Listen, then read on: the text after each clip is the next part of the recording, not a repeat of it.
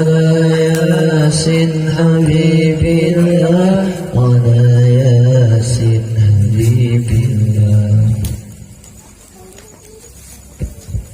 السلام عليكم ورحمة الله وبركاته. إن الحمد لله نحمده ونستعينه ونستغفره ونعوذ بالله من شرور أنفسنا ومن سيئات أعمالنا.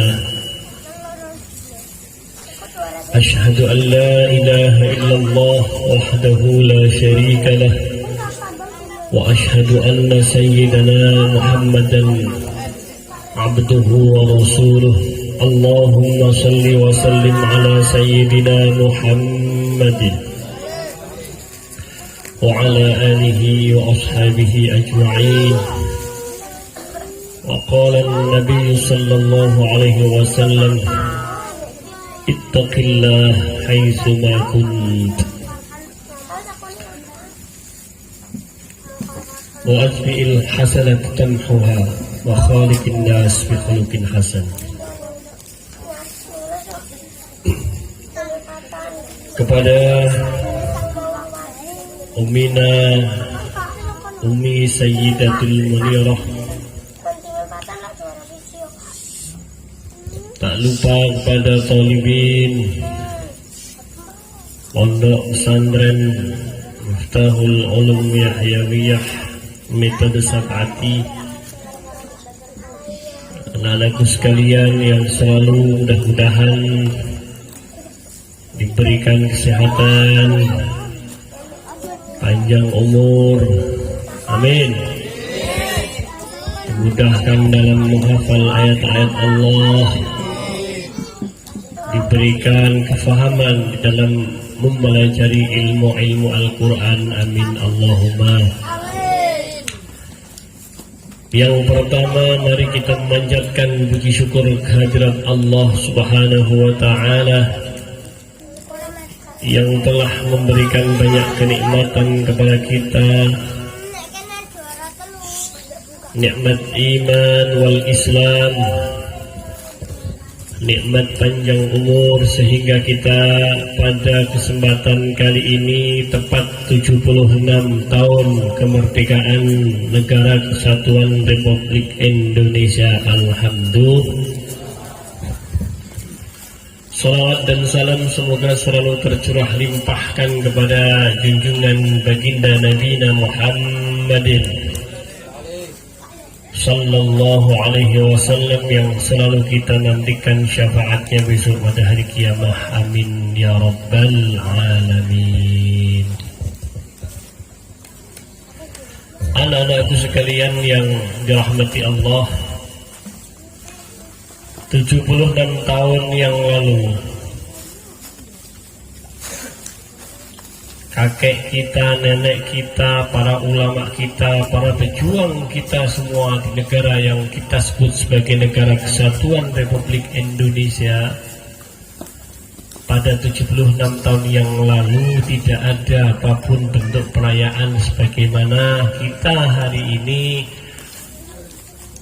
Tadi pagi dengan berbagai macam kegiatannya, mulai balap karung, makan kerupuk, masukin apa tadi?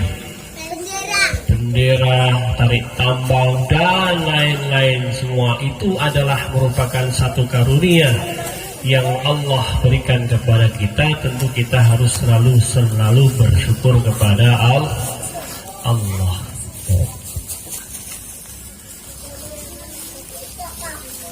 Beberapa hari menjelang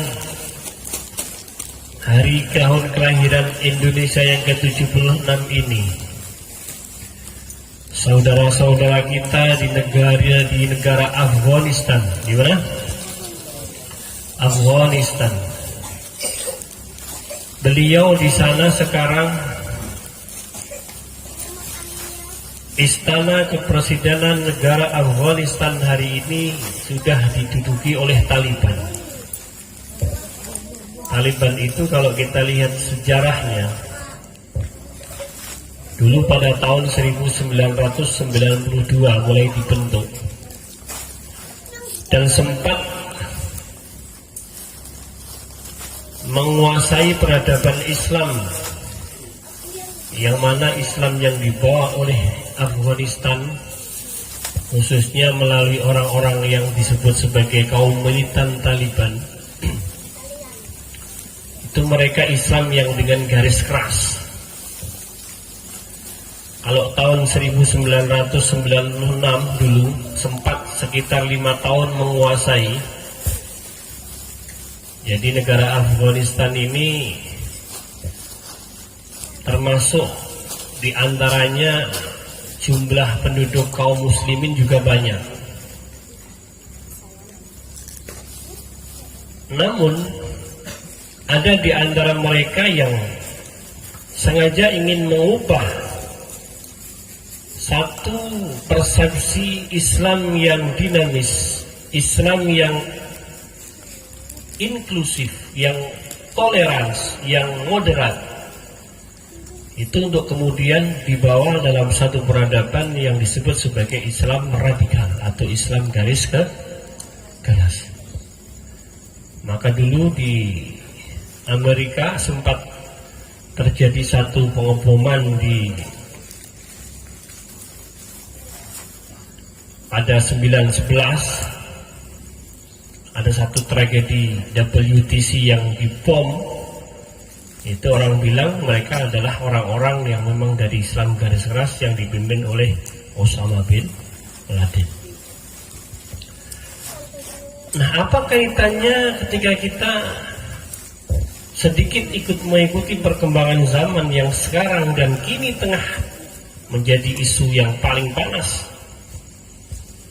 Setelah kemarin saja salah satu Perdana Menteri di negara Malaysia, Tan Sri Muhyiddin Yassin, dengan tiba-tiba memutuskan untuk mengundurkan diri dari jabatan orang pertama di negara Malaysia. Dan secara bersamaan orang-orang kaum Taliban sekarang menguasai keadaan negara Afghanistan, yang sampai bahkan Presiden Afghanistan sendiri yang bernama Ashraf Ghani itu dia melarikan diri dari negara yang dia dulu menjadi presidennya. Coba kita renungkan. Ini sekarang tanggal 17 Agustus. Hal ini terjadi beberapa hari yang lalu saja. Seorang pemimpin suatu negara yang termasuk besar, karena Afghanistan ini perbatasan dengan negara Irak dan Iran, juga Turki. Jadi di antara beberapa perbatasan negara ini, Afghanistan termasuk salah satu negara yang strategis. Maka kenapa dulu tahun 96 sampai 2001 ketika Amerika masuk mau melaksanakan ekspansi untuk menguasai negara Irak, maka dia harus melalui satu negara yang disebut sebagai negara Afghanistan ini. Dan dulu orang-orang Taliban dulu itu ketika dengan orang Amerika, ternyata mereka juga dikelabui. Walhasil akhirnya mereka nggak bisa untuk menguasai Afghanistan dan gagallah ketika terjadi perang sekutu dulu ya. Maka ini penting untuk kita, ini penting untuk harapan sampean semua adalah calon-calon yang akan meneruskan keberlangsungan negara yang kita cintai ini. Andaikan hari ini yang di atas fakta kesepakatan negara-negara di semua negara bahwa yang namanya penjajahan di atas dunia itu harus dihapuskan. Namun apa yang terjadi? Beberapa hari saja sebelum kita akan melaksanakan sama-sama pada merayakan ulang tahun yang ke-76 bagi kita, negara kita di Indonesia. Kalau negara tetangga Malaysia melaksanakan kemerdekaannya tanggal 31 Agustus, akhir bulan nanti. Yang mereka merdeka pada tahun 1957. sekitar 12 tahun setelah Indonesia merdeka. Tapi faktanya ada satu negara seperti Afghanistan yang sekarang Taliban itu berhasil masuk dalam istana, sehingga mengakibatkan presidennya Ashraf Ghani itu keluar dan dia melarikan diri serta mengamankan dan meninggalkan seluruh warganya. Ini penting karena negara kita di Indonesia ini merupakan salah satu negara yang the big Muslim in the world, salah satu negara yang paling besar, yang paling banyak Muslim di dunia. Dan peradaban Indonesia ini salah satu negara yang bisa menerima berbagai macam suku, ragam, ras, etnik, dan semua jenis yang kita kenal sebagai beraneka ragam dalam satu kesatuan Bhinneka Tunggal Ika. Indonesia merupakan negara yang luas. Indonesia menerima semua perbedaan. Maka kalau negara-negara di luar sana, mereka itu hanya menyepakati satu konsep kenegaraan yang disebut sebagai mungkin negara Islam, atau mungkin sebagai negara yang afiliasinya kepada negara-negara komunis misalnya. Tapi di Indonesia, agama resminya saja bukan hanya Islam. Ada Katolik, ada Kristen, ada Hindu, Buddha, Konghucu. Dan itu semua adalah resmi dinyatakan sebagai bagian daripada satu kesatuan bangsa Indonesia. Maka ketika terjadi ada banyak Islam-Islam yang dengan labelnya masing-masing, toh mereka yang berbeda agama saja di Indonesia itu dilindungi. Apatah lagi ketika mereka mengaku sebagai orang Islam, dengan Islam yang moderatnya kah, dengan Islam yang dinamisnya kah, dengan Islam yang inklusif kah, atau yang mungkin bahkan mereka yang eksklusif ataupun yang dikatakan sebagai Islam yang garis keras atau Islam radikal, maka ini harus kita mampu untuk membedakan antara satu sama lain. Jangan sampai ada generasi-generasi yang kita sebagai generasi yang melanjutkan nanti estafet perjuangan para ulama-ulama kita dulu, yang kemudian kita masuk dalam satu barisan sehingga kita akan menjadi dan bahkan melawan kepada bangsa kita sendiri. Na'udzubillah. Maka mari pada malam hari ini kita, walaupun dari tempat yang mungkin berada di paling pojok, dari tempat yang mungkin bahkan dengan kenikmatan yang telah Allah selalu berikan kepada kita, maka kita selalu bersyukur atas karunia yang telah Allah selalu kasihkan, yang selalu berlimpah ruah kepada kita. Allahumma, jangan sampai kenikmatan yang kita rasakan hari ini itu akan melalaikan kita. Bahkan kadang-kadang kita sampai lupa sehingga kita nanti akan melawan atas segala jenis yang ada di dunia ini. Maka dengan satu falsafah yang selalu dijunjung tinggi oleh kaum muslimin, dengan satu bentuk slogan yang harus selalu dikembangkan dan selalu diistiqomahkan bagi kaum mukminin, tentu tiada lain dan bukan harus selalu kita meningkatkan ketakwaan kita kepada Allah Subhanahu wa ta'ala. Karena konsep ketakwaan yang kita harus selalu kembangkan ini akan menjadi satu fondasi. Karena kita sebagai kaum yang beragama, kita sebagai kaum muslimin, kita pasti memerlukan satu tempat dan wadah di mana kita harus untuk melaksanakan sendi-sendi kehidupan dalam beribadah. baik ubudiyah kita langsung pada Allah ataupun dalam bermuamalah kita kepada sesama manusia. Ya.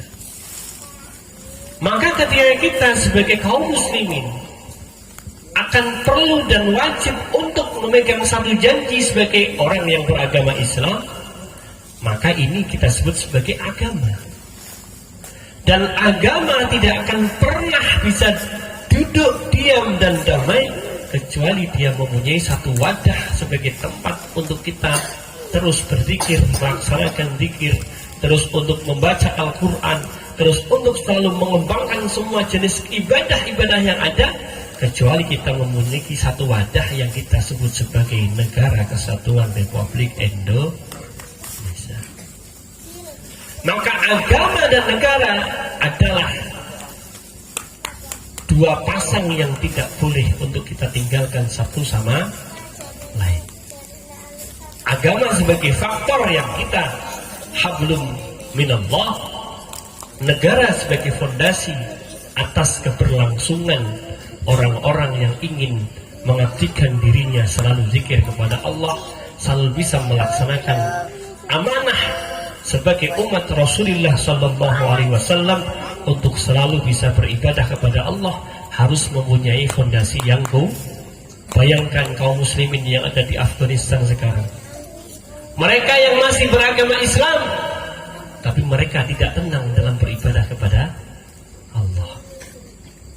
Mereka yang mengaku sebagai orang muslimin, tapi mereka tidak bisa dengan santai berzikir, dengan santai menghafal ayat-ayat Al-Quran, dengan santai mereka ingin menikmati segala apa yang kita sekarang masih bisa menikmati dengan berbagai macam kenikmatan yang Allah telah berikan pada kita.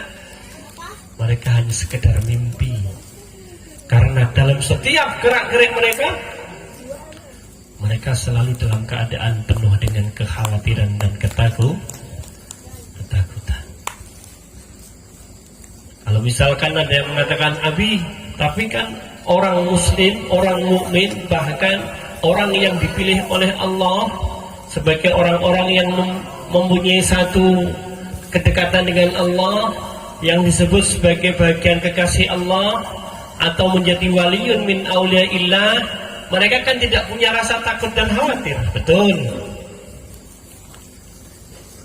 Namun kita harus sadari, kita hidup dalam satu masyarakat yang dimana kita tidak mengerti status waliyun min auliyaillah itu sebagaimana yang selalu kita dengar, la ya'riful wali illa al-wali.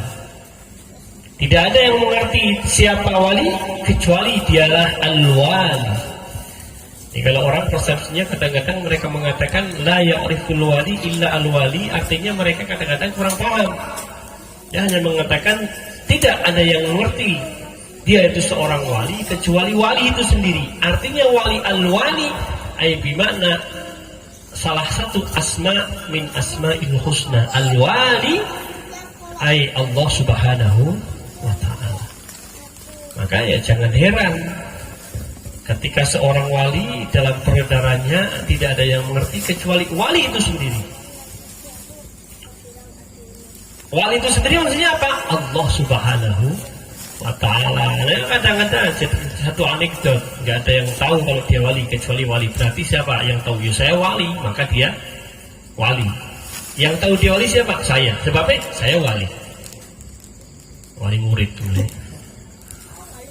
Jadi al-wali bimana Allah Azza wa Jalla. Makanya kebanyakan para aulia illah ini kalau sudah ketahuan kalau beliau itu sebagai kekasih Allah, beliau tidak mau hidup berdampingan dengan kita lagi. Contohnya sudah banyak. Sejak zaman Rasulullah Sallallahu Alaihi Wasallam dahulu, Kanjeng Nabi pernah bersabda dan pernah wasiat pesan kepada Sayyidina Umar bin Khattab dan Sayyidina Ali bin Abi Thalib karramallahu wajhah. Rasul pernah berpesan kepada beliau berdua, ya Umar, wa ya Ali, besok nanti kalau kamu ketemu dengan salah seorang yang perawakannya kecil, yang tubuhnya kecil, yang wajahnya hitam, yang tidak begitu tampan, yang datang dari satu kabilah di mana itu kabilah itu yang tidak terkenal. Dan kamu harus ingat, maka orang itu adalah salah satu walinya Allah Ta'ala. Dan kalau kamu bertemu dengannya, maka kau mintalah doa kepada Allah untuk dia berdoa pada Allah supaya hajatmu disampaikan olehnya.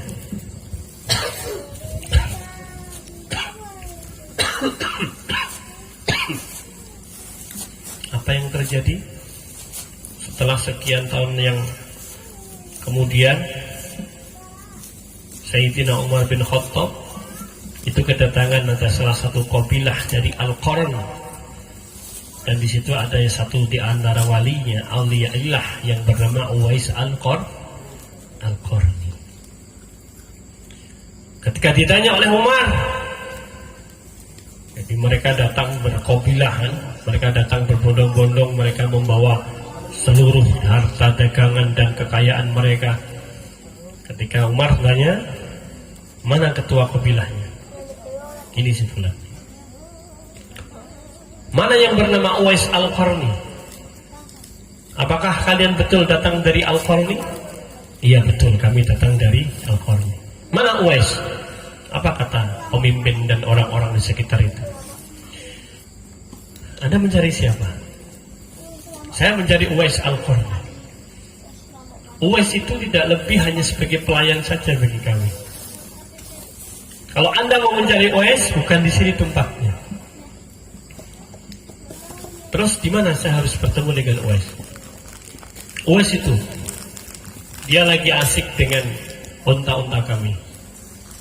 Dia lagi asik dengan aktivitas yang ianya bisa mendapatkan satu kenikmatan dan satu upah karena dia memang melayani kami dengan unta-unta kami. Cara saiki gampange wong-wong Uwais Al-Qarni itu si markiri mobil. Jadi kalau kita bicara konteks dulu kan konteksnya unta. Kalau orang sekarang ya konteksnya mobil ya. Kayak kaya sampean delok antara film apa itu? Kisah cintanya Mas Al dengan Andin. Ya itu sampean tahu, oh Mas Al naiknya Mercy. Oh Andin naiknya Alphard. Nah itu tahu. Oh kalau Angga naiknya Fortuner, itu tahu. Maka kalau konteks sekarang ya tukang parkir. Kata ketua kafilahnya, dia bilang kalau mau cari Uwais di luar sana. Oh, kamu nggak tahu siapa dia? Ya kami yang tahu kami dia hanya sebagai tukang parkir. Tolong panggilkan ke sini. Wah aja dipanggil. Kemudian Sayyidina Umar bin Khattab yang sudah dikenal oleh kabilah itu, beliau adalah orang yang pembesar ya menurut mereka. Akhirnya dia bilang,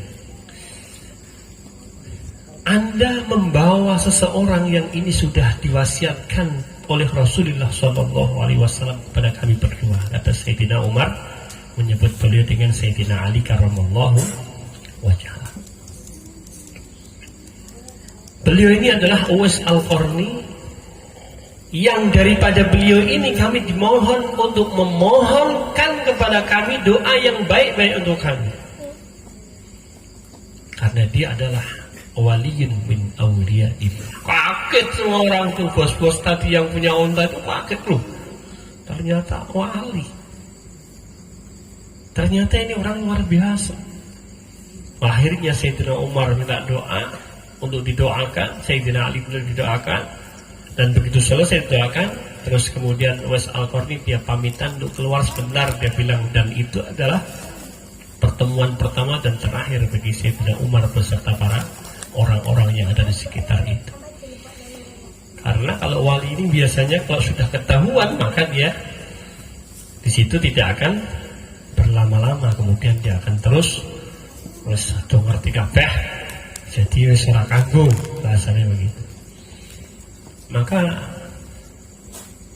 kenapa kita sebagai kaum muslimin untuk tidak boleh menganggap orang lain itu adalah kecil dan remeh, karena kita nggak ada yang tahu bahwa derajat kita Yang menentukan kita ini mulia atau tidak adalah sebatas apa yang kita selalu jaga ketakwaan kita kepada Allah Subhanahu wa ta'ala.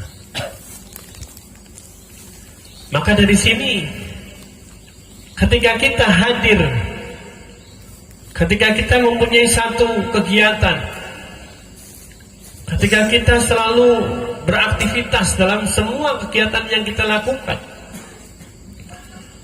kadang-kadang kita sendiri nggak sadar. Kita entah apa yang kita lakukan ini betul atau salah. Kita kadang bimbang.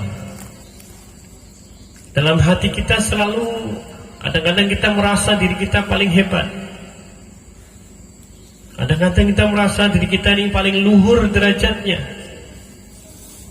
Dan kadang-kadang kita juga merasa paling mulia di antara hamba-hamba Allah yang lainnya. Padahal tentu tidak. Yang mengerti kalau kita ini mulia atau tidak sejatinya adalah Allah Subhanahu wa ta'ala. Maka Habibana Umar bin Salim bin Hafid, beliau selalu mengatakan pada kita, di antara beberapa hal yang bisa menjadikan hati kita tentram dan hal-hal yang bisa menjadikan kita untuk tidak merasa jenuh dan bosan ketika kita dalam melaksanakan zikir kepada Allah, sehingga menjadikan hati kita ini selalu diam, qanaah, tentrem, adem, yakin dengan Allah.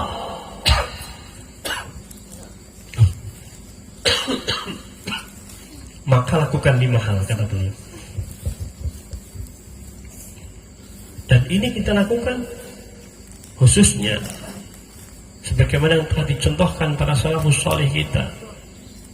Kita selalu bermuhasabah, kita selalu diusahakan bisa untuk selalu introspeksi diri kita di dalam kita menjalankan kehidupan, baik dalam kehidupan sosialnya, hubungan kita dengan sesama manusia yang lain, hubungan kita dengan Allah. Tentu sebagai satu variabel untuk menyeimbangkan, tidak lain dan bukan adalah waktu di mana kita akan mengistirahatkan badan kita sejenak. Karena mata kita punya hak untuk tidur, anggota badan kita punya hak untuk istirahat, dan semua aktivitas yang telah kita lakukan selama dari pagi sampai malam tentu kita harus istirahat. Maka disitulah saat yang tepat yang kita gunakan untuk muhasabah, yaitu ketika menjelang mau istirahat tidur. Apa kata Habib Umar? Ketika kita akan memejamkan kedua mata kita, maka kita tarik nafas kita sedalam yang kita mampu, dengan kemudian kita menghadirkan yang pertama, Allahumma ma'i. Apa? Allahumma ma'i. Dengan kita tarik nafas, Allahumma ma'i. Artinya apa? Allah selalu menyertaiku. Allahu nadhiri. Allah memperhatikanku. Allahu syahidi. Allah yang menyaksikan. Ya, jadi kita ini semua apa yang kita alami, apa yang kita lakukan, Allah menyaksikan. Allahu hadiri. Dan yang terakhir, Allah qaribun minni. Allah hadir bersama dengan kita. Dan yang kelima, Allahu qaribun minni. Allah dekat dengan kita. Maka kalau sudah Allah saja, Allahu ma'i, Allahu nadhiri, Allahu hadiri, Allahu syahidi, Allahu qaribun minni, maka kelima-lima itulah akan terus kita akan yakin bahwa ketika besok saatnya Allah kemudian masih membangunkan kita, masih diberikan kesempatan untuk hidup di alam dunia, maka kita akan melaksanakan hari ini harus lebih baik daripada hari kemarin. Karena ini ada satu kesempatan yang Allah akan selalu caskan lagi baterainya, ditambah penuhkan lagi dengan kita tidur tadi.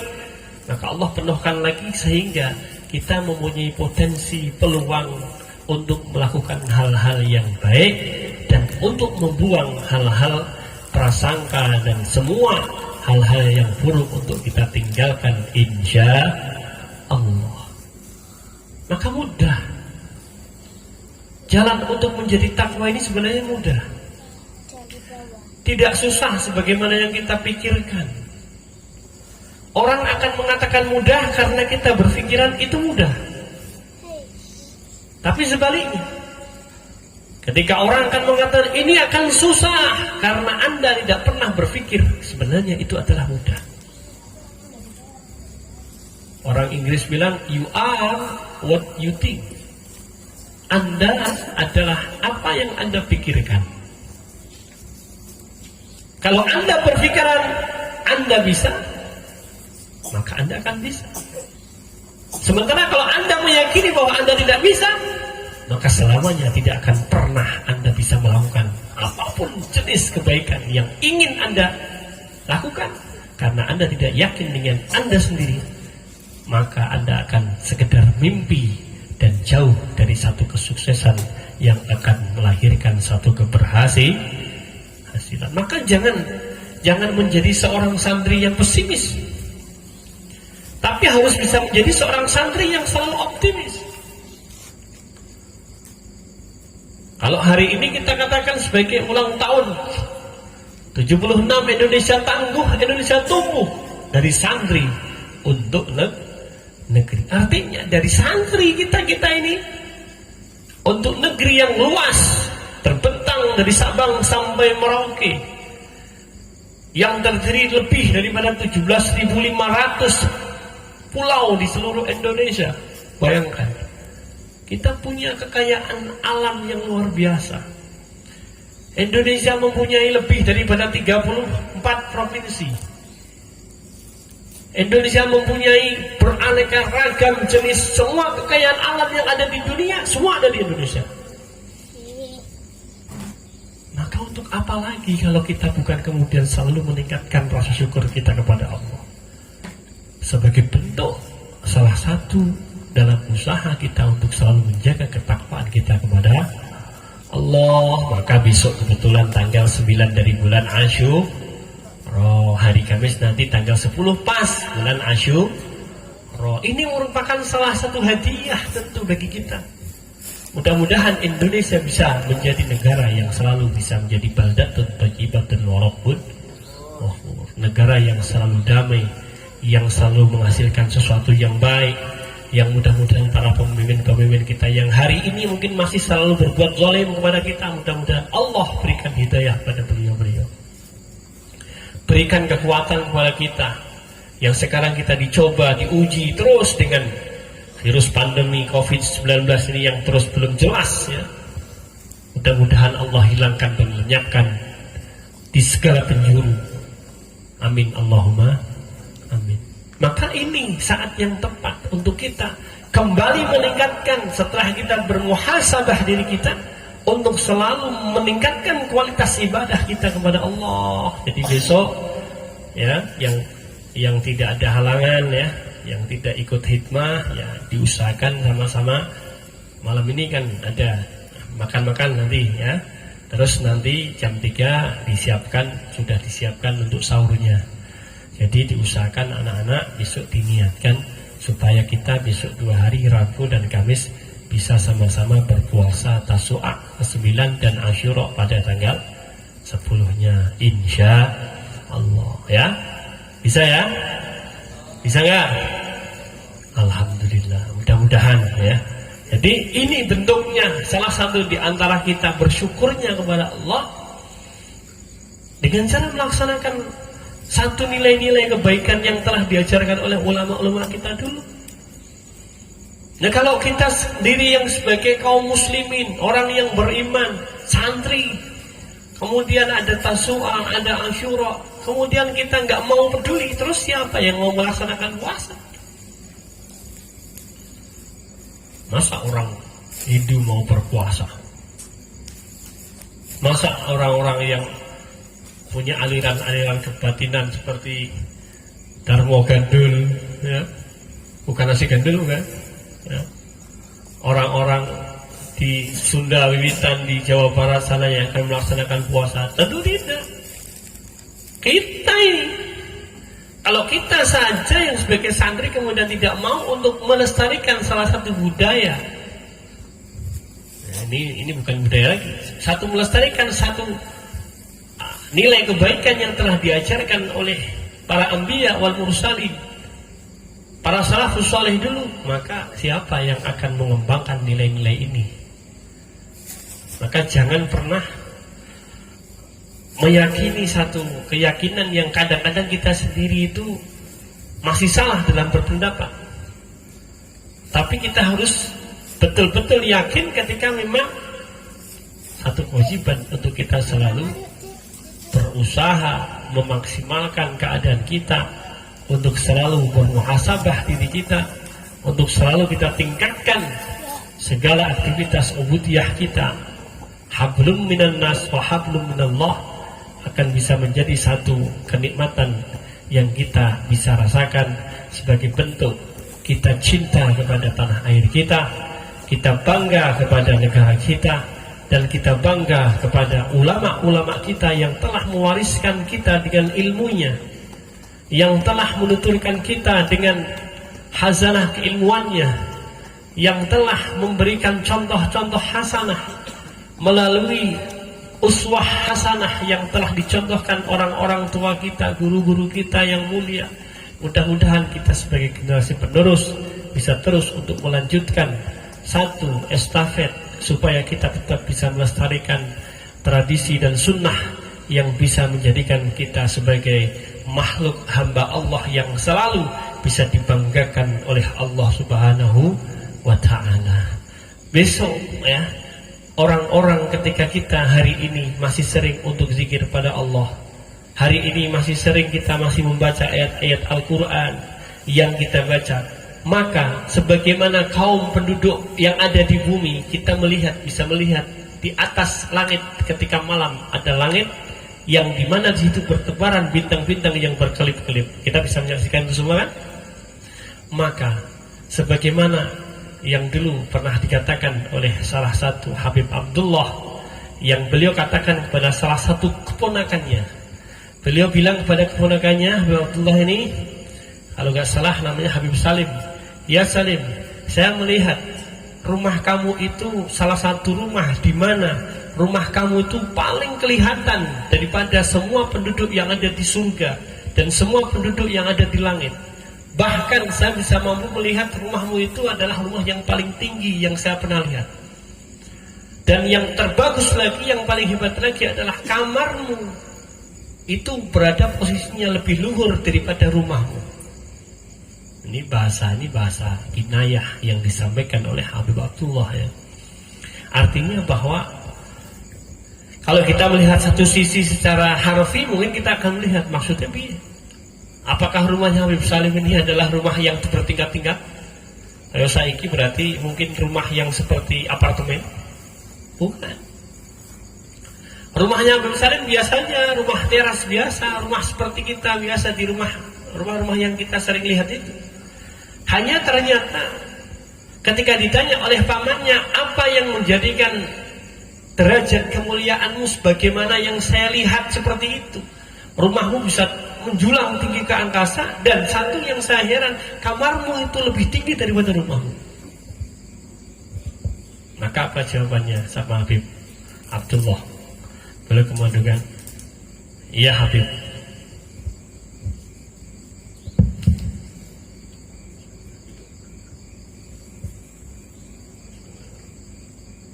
Betul. Kalau beliau kemudian Habib Abdullah sebagai salah satu walinya Allah yang bisa melihat bahwa rumahnya Habib Salim itu bisa lebih tinggi di atas rumah orang lain, itu sejatinya karena beliau bilang, saya tuh punya mimpi, saya ingin membangun rumah tapi belum kesampaian. Namun sekarang yang saya lalui adalah saya terus untuk selalu berzikir, dan saya terus untuk menghatamkan Al-Quran yang menjadi satu pedoman dalam kehidupan. Dan dalam rumah saya, dalam setiap sudut rumah saya, semua pernah saya hatamkan dengan Al-Quran yang ada di dalam semua Dari mulai tangga yang saya impikan itu pun sudah saya niati.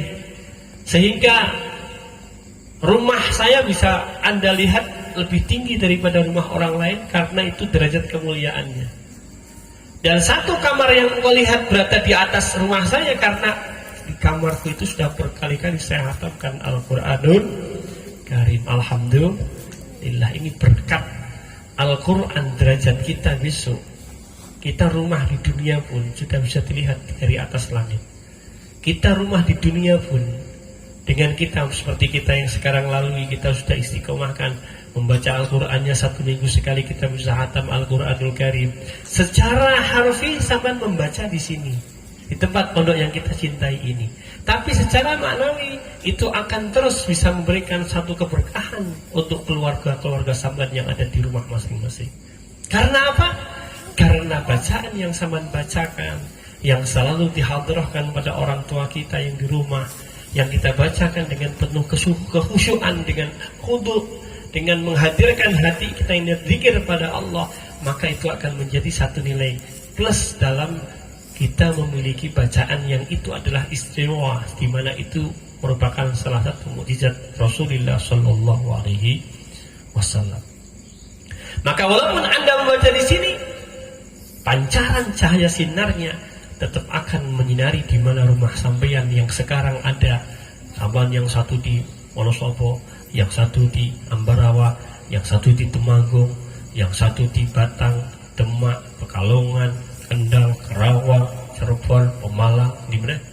Saya tersebut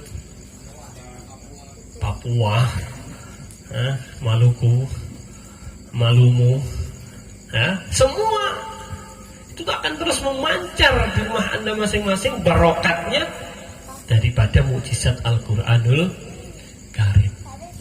Maka kalau begitu istimewanya, begitu luhurnya derajat orang-orang yang membaca Al-Quran, menghafal Al-Quran, maka kenapa kita harus tinggalkan?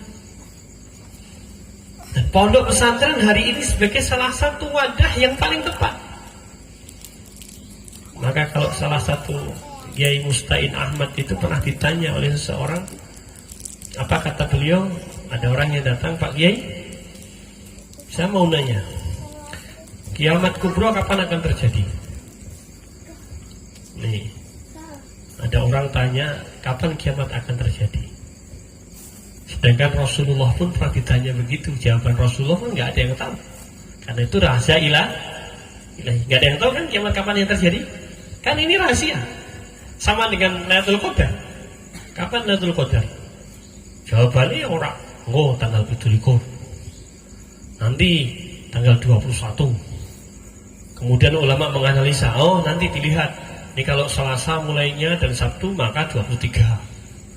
Ini kalau puasa Ramadannya hari Kamis dan hari Jumat berarti malam 25.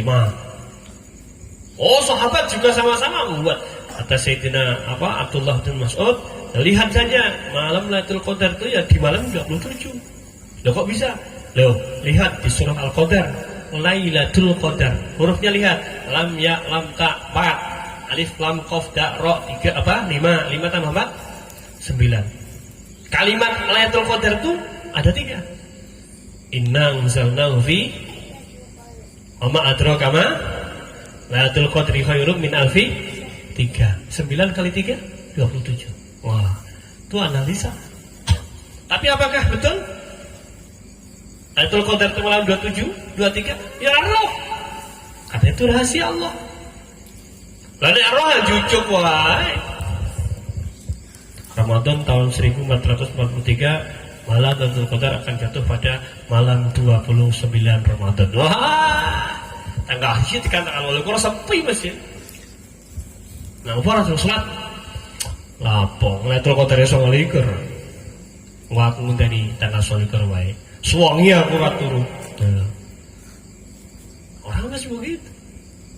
Tapi tidak. Ben supaya 1 sampai 30 itu kita lalui. Kalau kita 1 sampai 30 kita laksanakan, istiqomahkan, tetap bismillah. Sholatnya kita jalankan, yang wajib kita penuhi, yang fardu kita nggak tinggal, ditambah dengan sholat sunnah taraweh, zikir Quran dan sebagainya, kita pasti ketemu. Kapan? Yorano. tapi asarnya akan sampai. Nah demikian, ketika ada pertanyaan pada Kiai Mustain Ahmad ditanya kapan kiamat akan terjadi, jawabannya apa? Kata beliau, kiamat tidak akan pernah terjadi selagi ada santri yang masih mau belajar di pondok pesantren. Alhamdulillah, zaman-zaman inilah penyebab-penyebab insya Allah kiamat tidak akan cepat terjadi hari ini. Amin. Karena zaman-zaman adalah orang-orang yang dipilih oleh Allah yang terus berdatangan, datang untuk mengaji, datang untuk belajar, dan ini yang sebagai asbab. Mudah-mudahan kiamat belum sampai sekarang, walaupun sempat tertunda dan sempat gagal ya. Kiamat dulu 2012 mau kiamat gak jadi ya, gagal itu di prank ya, hoax. Nah, 2020 sempat mau kiamat lagi, katanya nggak jadi, entah apa orangnya yang memang koplo atau apa, wallahu alam. Yang jelas itu semua adalah rahasia Allah, maka nggak ada yang tahu. Maka kalau hari ini kita kemudian bismillah dengan niat untuk selalu istiqamah dalam semua hal-hal yang kita laksanakan, insya Allah itu akan menjadi satu kunci untuk kita kelak bisa dibanggakan oleh Allah Subhanahu wa Ta'ala, sebagaimana yang dimaksudkan dalam abdan syakura, orang hamba-hambaku kata Allah yang selalu bersyukur, selalu memujiku, selalu berzikir, ingat padaku, sehingga kelak dia akan berada dalam al-jannah yang firdausil a'la insya Allah. Itu saja, kurang lebihnya mohon maaf. Mudah-mudahan pada malam hari ini kita bisa mendapatkan banyak kenikmatan yang telah kita lalui ini, untuk tetap terus kita syukuri dan untuk tetap terus kita nikmati, sehingga bisa akan menjadikan bertambahnya nikmat kita yang terus akan selalu dikasihkan oleh Allah Subhanahu wa Ta'ala. Amin ya Allah, amin ya Allah, amin ya Allah. Mugi-mugi ya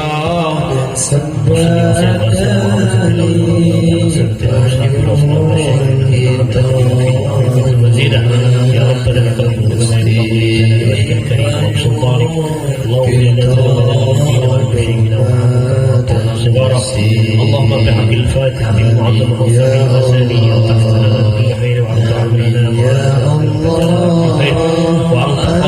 أجلنا وأنفسنا وأولادنا وأهلنا يا الله، وخلقنا وطالبتنا ومعنا والذين يعوننا علينا والذين يعوننا على بعضنا يعينون علينا يا الله، لكل محنة في الفتنة غير متفضل بكل خير وعبد كل خير يا أرحم الراحمين.